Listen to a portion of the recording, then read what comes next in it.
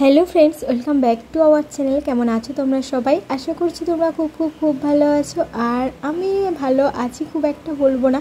কদিন ধরে 2-3 দিন ধরে শরীরটা বেশ খারাপ যাচ্ছে। আজকে হলো মঙ্গলবার আর এখন বাজে সকাল 10:30।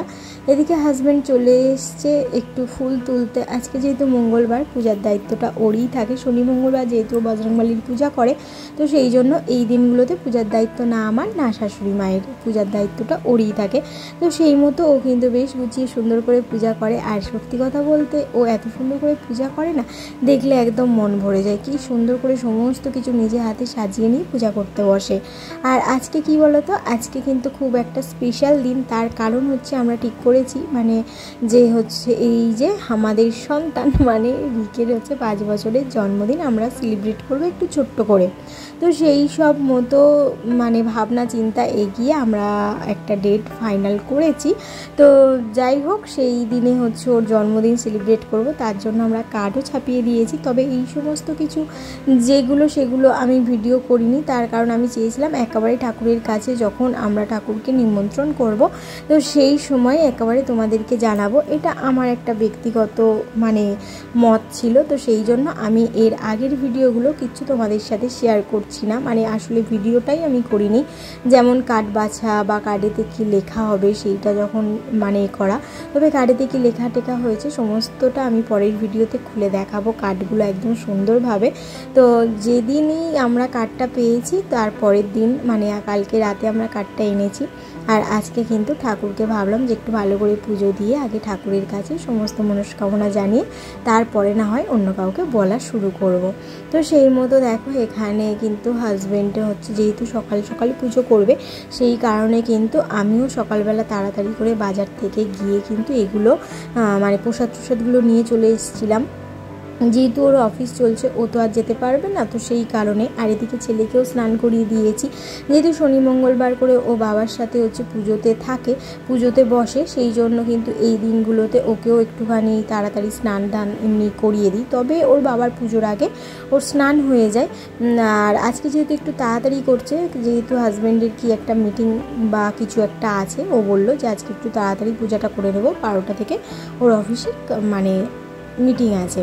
তো সেই জন্য আজকে একটু তাড়াতাড়ি পুজোটা সেরে নিচ্ছে। আর এই দেখো, এখানে একটু চন্দনও বেটে নিল, যেগুলো ও রোজ প্রতি সপ্তাহে যেমনভাবে পূজা করে সেইগুলোই করে নিচ্ছে। একটু চন্দন বেটে নিল, চন্দনটা সমস্ত কিছুতে দেয়। আর তারপরে কিন্তু এখানে চামেলি তেল দিয়ে মেটে সিঁদুরও গুলে সেখানে বজরংবলীর পায়ে লাগালো। তোমাদের সকলকে আমি একটা কথা বলতে চাই, আজকে ভিডিওটা যদি তোমাদের ভালো লাগে তাহলে অবশ্যই তোমরা লাইক করো, কমেন্টের মাধ্যমে জানিও। আর যদি ভিডিওগুলো তোমাদের মন ছুঁয়ে যায়, খুব খুব খুব ভালো লাগে, তাহলে অবশ্যই আমার চ্যানেলটিকে সাবস্ক্রাইব করে আমার পাশে থেকো, আমাকে সাপোর্ট করো, আমাকে এগিয়ে যেতে উৎসাহ দিও।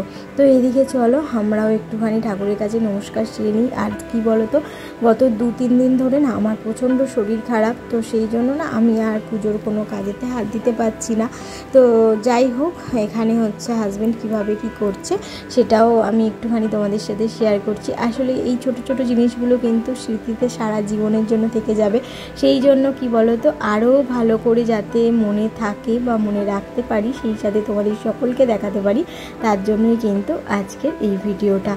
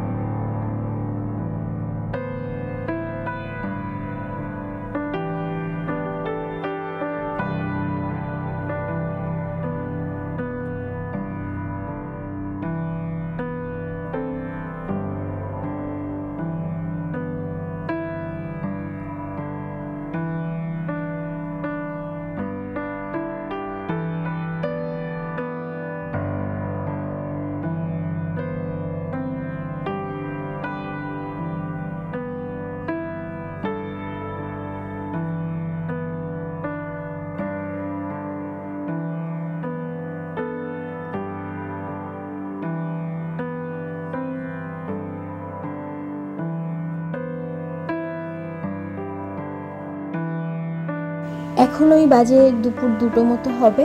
তো এখন একটুখানি খাওয়া দাওয়া করতে বসবো। তো সেই জন্য না একটু উচ্ছে ভেজে নিচ্ছি। তোমাদেরকে বলেছিলাম না যে পুরোপুরি রান্না করিনি, কিছু জিনিস আছে একটু গরম গরম করলে ভালো লাগবে। তো কী বলতো, উচ্ছে ভাজা দিয়ে না গরম গরম ভাত খেতে খুবই ভালো লাগে। তবে ভাতটা আগেই করে রেখেছি, আর যেহেতু আমার একদম অল্পটুকু ভাত হয়, মানে একদম অল্পটুকু আমাদের রান্না হয়, তো সেই জন্য না মানে ভাতটা সঙ্গে সঙ্গে ঠান্ডা হয়ে যায়। তো ভাবলাম যে ভাতটা ঠান্ডা হয়েছে, যাক একটু উচ্ছে ভাজাটা গরম গরম করব, তাহলে কিন্তু ঠিকঠাক হয়ে যাবে। আবার এতটা ভাত গরম করতে একটা সময় লাগবে। তো সেই জন্য এখানে আমি উচ্ছেটা একটু গরম গরম ভেজে নিচ্ছি। তবে ভেবেছিলাম যে একটুখানি বেগুন ভাজবো, তবে হাজব্যান্ড বললো থাক, আর কিছুর দরকার নেই। তো চলো তোমাদেরকে দেখিয়ে দিই। এখানে উচ্ছেটা ততক্ষণ একটু ভাজা হোক, সিদ্ধ হোক, তার মধ্যে কী কী রান্না করেছি একটু দেখাই। তো এই দেখো, এটা হচ্ছে ওই যে গাঁটি কচু বলে না, গাঁটি কচু আলু দিয়ে একদম নিরামিষভাবে একটা তরকারি করেছি, আর সেই সাথে পাঁপড় আলু দিয়ে পাঁপড়ের তরকারিটা করেছি। শরীরটা আমার ভীষণই খারাপ, কদিন ধরে বলতে পারো ভীষণ খারাপ যাচ্ছে শরীরটা। তো এদিকে দেখো, রান্না করার পরে গ্যাসটা সেভাবে মুছিনি, যেটা ওই সকালে মুছেছি বা কালকে রাতে মুছেছি সেটাই। এদিকে বাসনও মাজিনি। তবে আজকে আমার খুব ইচ্ছা করছে একটু দুধ চা খেতে, কোনোদিন এমন হয় না। তো আজকে আমার মনে হয় বছরখানেক পরে ইচ্ছা হলো যে একটু দুধ চা খাই।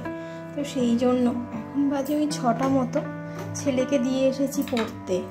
হাজব্যান্ড গিয়েছিল, আমিও গিয়েছিলাম। তবে হাজব্যান্ড একটু নিজের কাজের জন্য গিয়েছিল বাইরে, আমাকেও যেতে বলেছিল, কিন্তু যেহেতু শরীরটা খারাপ সেই জন্য আমি না এখন আর বেশি ধকল নিতে পারছি না। আর এই যে আমি একটু শুয়েছিলাম, হঠাৎ করে না খুব দুধ চা খাওয়ার জন্য মন চাইছিল। সেই জন্য চলে এসে রান্নাঘরে একটুখানি নিজের জন্য চা বানিয়ে দিচ্ছি। হয়তো হাজব্যান্ড থাকলে বলতাম যে 1 কাপ চা করো, কিন্তু এখন যখন নেই আর নিজের ইচ্ছাটাকে যখন একটুখানি ভালো লাগাতে হবে, চলো। চোখ মুখের অবস্থা খুবই খারাপ, বেশ অনেকদিন ধরে হলো, শরীরটা খুবই খারাপ। তো চলো, ইচ্ছা যখন হয়েছে 1 কাপ চা আমি অবশ্যই খাবো। আর দুধও বাড়িতে আছে, দুধ তো সবসময় থাকে আমার। আমি না খুব পাউডার দুধ খেতে পছন্দ করি, জানো তো। সেই জন্য হাজব্যান্ড 250 গ্রাম না 200 গ্রামের যে প্যাকেটটা হয় সেটা সবসময় এনে রেখে দেয়। তো সেখান থেকে নিয়েই একটু দুধ চাটা খাবো। তো এদিকে জলটার সাথে সাথে একটু চাও দিয়ে দিলাম। হচপচভাবে করলে কি হয় বলো তো, তাড়াতাড়ি হবে। হ্যাঁ, নিজে খাবো তো যাও একটু মুখে দিলেই হলো, বেশি টেস্টের প্রয়োজন নেই। এদিকে বিছানা মাদুরের অবস্থা দেখো, বললাম না শরীর খারাপ, সেই জন্য আর কিছু ভালো লাগছে না। তো চলো, ঘরেতে আছে দুধের কৌটোটা, তো সেটা একটুখানি নিয়ে নিই। এই দেখো, এখানে বেশ অনেকটাই কিন্তু দুধ আছে, জানো তো। দাঁড়াও, প্যাকেট থেকে দুধটাকে বের করি। এই দেখো, দেখছো, এই দেখো জলো জলো দুধ চা রেডি। অতটা ধৈর্য নেই যে দাঁড়িয়ে থাকবো অনেকক্ষণ ধরে ফোটাবো, সেই জন্য নিজে খাবো, যা হয়েছে যাকগে, তো একটু খেতে পারলেই হলো।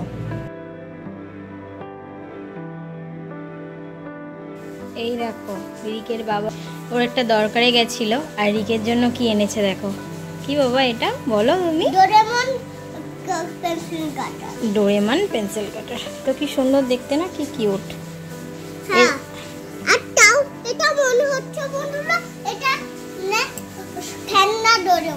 খেলনার ডোরেমন।